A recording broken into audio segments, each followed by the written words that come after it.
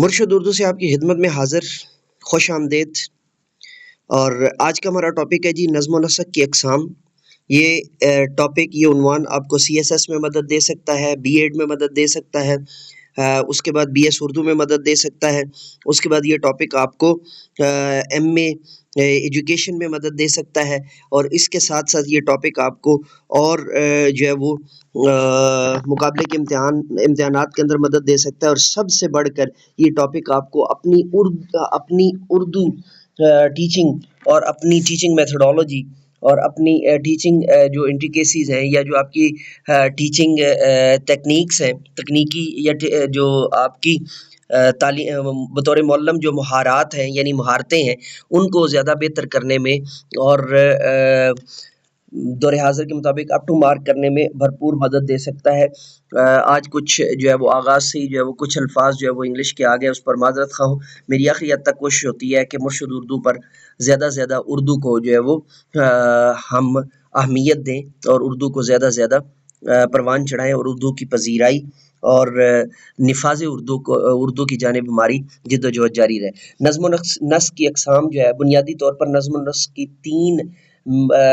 واضح اقسام ہیں۔ ذیل میں چند مشہور نظم و نسق کی اقسام کا ذکر کیا جا رہا ہے۔ نمبر ایک، آمرانہ نظم و نسق۔ نمبر دویم یا دوم، فارسی کے اعتبار سے دوم ہوتا ہے، تو دوم عدم مداخلت پر مبنی نظم و نسق اور جمہوری نظم و نسق۔ سب سے پہلے ہم آمرانہ نظم و نسق کی جو ہے نا وہ بات کرتے ہیں۔ اس قسم کے نظم و نسق میں منتظم کا طرز عمل آمرانہ ہوتا ہے۔ ایسا منتظم نہ تو کسی سے مشورہ کرتا ہے اور نہ ہی بغیر پوچھے دی جانے والی رائے کو پسند کرتا ہے۔ وہ اصول و ضوابط اور قاعدے قانون کی پرواہ کیے بغیر من مانی کرتا ہے۔ اسے اپنے ماتحتوں کی دل شکنی یا نقصان کی بالکل پرواہ نہیں ہوتی۔ اپنے ماتحتوں کو دھمکیاں دینا اور بلیک میل کرنا اس کا شیوا ہوتا ہے۔ بعض موقعوں پر وہ اپنے لہجے میں نرمی بھی اختیار کر لیتا ہے، لیکن احکام کی تعمیل کے سلسلے میں سختی سے کام لیتا ہے، اور اگر کوئی چونک چرا کرے تو اس کے خلاف ہو جاتا ہے اور اسے مختلف طریقوں سے پریشان کرنے کی کوشش کرتا ہے۔ ایسا منتظم ہر آدمی کے کام پر نکتہ چینی کرتا ہے اور دوسرے کے لیے حوصلہ افزائی کے کلمات نہیں نکالتا۔ بعض اساتذہ ایسے عامر منتظم کے رویے سے بد دل ہو جاتے ہیں اور سہمے رہتے ہیں اور اپنی رائے کا اظہار نہیں کرتے، جس کا نقصان یہ ہوتا ہے کہ وہ منتظم اساتذہ کی بعض مفید تجاویز سے محروم ہو جاتا ہے۔ اساتذہ بھی محنت سے کام نہیں کرتے، جس کا نتیجہ ہوتا ہے کہ بعض تعلیمی پروگرام ناکام ہو جاتے ہیں۔ اس کے علاوہ عامر منتظم کی ایک اور صورت ایسی بھی ہے کہ وہ اپنے طویل تجربے اور علمیت کا حوالہ دے کر بغیر کسی دلائل کے دوسروں کو اپنی رائے کا قائل کرنا چاہتا ہے۔ اس طرح ایک جابر منتظم نگرانی بھی ایسے انداز میں کرتا ہے جو اس کے ماتحتوں کو ناگوار گزرتی ہے، جس کا نتیجہ یہ ہوتا ہے کہ اساتذہ کی رہنمائی اور مدد کے خواہش مند ہوتے ہوئے بھی صدر معلم کی طرف رجوع نہیں کرتے۔ البتہ صدر معلم کی طرف سے تنقید اگر سلیقے اور دوستانہ ماحول میں کی جائے جس میں اصلاح کا پہلو ہو، تو اساتذہ بھی ایسی تعمیری تنقید کو خوش آمدید کہتے ہیں۔ اساتذہ کو عام طور پر ذیل میں دیے گئے امور میں منتظم سے رہنمائی کی ضرورت ہوتی ہے۔ تدریسی طریقوں اور تکنیکوں کو بہتر بنانے کے لیے نمبر 2، معاشرے کی طرف سے میسر آنے والے وسائل کو دریافت اور استعمال کرنے کے لیے ذہین و فطین اور ذہنی طور پر پسماندہ بچوں کی تدریس کے لیے سمعی و بصری اعانتوں اور وسیلی اشخاص ریسورس پرسن کے حصول کے لیے ٹیم ٹیچنگ کا اہتمام یا ٹیم وائز ٹیچنگ کا اہتمام کرنے اور ایسے عنوانات پڑھانے کے لیے جو بنیادی تدریسی کتاب میں موجود نہیں۔ نئے نصاب اور تدریسی اصول و اعمال سے باخبر رہنے کے لیے اپنی تدریس کے جائزے کے لیے ظاہر ہے کہ جب تک مذکورہ بالا امور میں استاد کو صدر معلم کی رہنمائی اور مدد حاصل نہیں ہوگی، وہ اپنے تدریسی فرائض صحیح طور پر سر انجام نہیں دے پائے گا۔ اگر صدر معلم جابر ہوگا تو اساتذہ اس کی طرف رجوع کرنے کے بجائے اپنے فرائض سے پہلو تہی کریں گے، جس کا نتیجہ یہ ہوگا کہ بچوں کا تعلیمی نقصان ہوگا۔ عدم مداخلت پر مبنی انصرام یعنی لیزز فیئر، عدم مداخلت پر مبنی نظم و نسق میں منتظم اسکول کے انتظام سے کوئی دلچسپی نہیں ہوتی، اس کی شاید یہ وجہ بھی ہو سکتی ہے کہ منتظم اپنے عروج یا بعض دیگر مخالف حالت کی بنا پر اسکول کی کارکردگی میں کوئی دخل نہیں دیتا۔ اسکول میں نظم و ضبط کی حالت اساتذہ کی حاضری یا غیر حاضری تدریسی کام اور طلبہ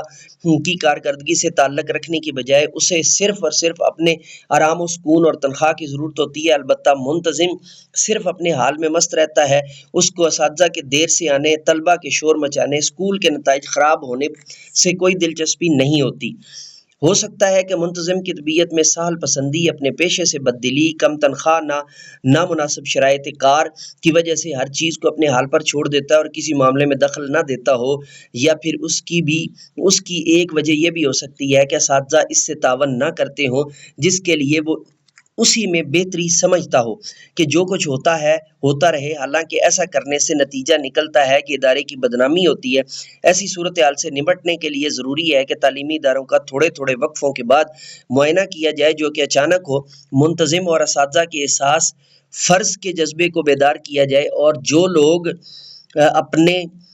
فرائض کی سر انجام دہی میں غفلت برتتے ہیں ان کے خلاف محکمانہ کارروائی کی جائے تاکہ دوسرے اس سے عبرت حاصل کریں۔ جمہوری نظم و نسق، ڈیموکریٹک اور ڈیموکریسی بیسڈ جمہوری نظم و نسق آمریت اور عدم مداخلت پر مبنی انصرام کے بین ہے۔ ایسا نظام بے شمار خوبیوں کا حامل ہے۔ ظاہر ہے کہ جمہوری انداز میں کام کرنے سے مقدار اور معیار ہر لحاظ سے بہتر نتائج حاصل ہوتے ہیں،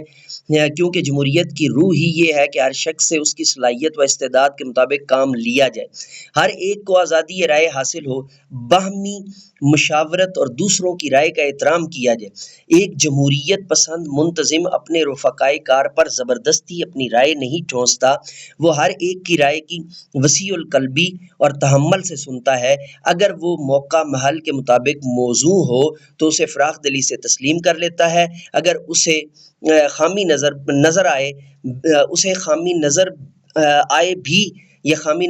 آئے تو وہ دوسروں کو قائل کرتا ہے اور اپنی بات منواتا ہے۔ وہ جبر سے اپنی بات نہیں منواتا، اور اگر مجبوری کی بنا پر اسے دوسروں سے کسی ہدایت پر عمل کروانا ہو تو وہ تدبیر سے کام لیتا ہے تاکہ اساتذہ میں بددلی پیدا نہ ہو۔ جمہوری نظم و نسق میں منتظم اپنے تمام تنظیمی و تدریسی امور اساتذہ اور بعض ضروری حالات میں طلبہ کے مشورے سے انجام دیتا ہے، جس کا نتیجہ یہ ہوتا ہے کہ تمام لوگ اپنے کاموں میں خوش دلی سے حصہ لیتے ہیں اور پوری لگن کے ساتھ کام کرتے ہیں، چنانچہ نہ کسی قسم کی تلخی اور بددلی پیدا ہوتی ہے اور نہ الزام تراشی و لڑائی جھگڑے تک نوبت آتی ہے، اور نہ ہی کسی کی صلاحیت ضائع ہوتی ہے۔ غرض یہ کہ سب کے اشتراک و تعاون سے بہتر اور خوشگوار ماحول میں رہتے ہوئے ادارے کی شہرت دوبالا ہوتی ہے۔ اسلام نے بھی جمہوری انداز فکر کا درس دیا ہے۔ قرآن مجید میں ارشاد ہے وَأْمُرْ معذرت خواہ ہوں جی، دوبارہ پڑھتا ہوں سلائیڈ کی یہ آیہ مبارکہ ہے جی، بسم اللہ الرحمن الرحیم، وَأَمْرُهُمْ شُورَى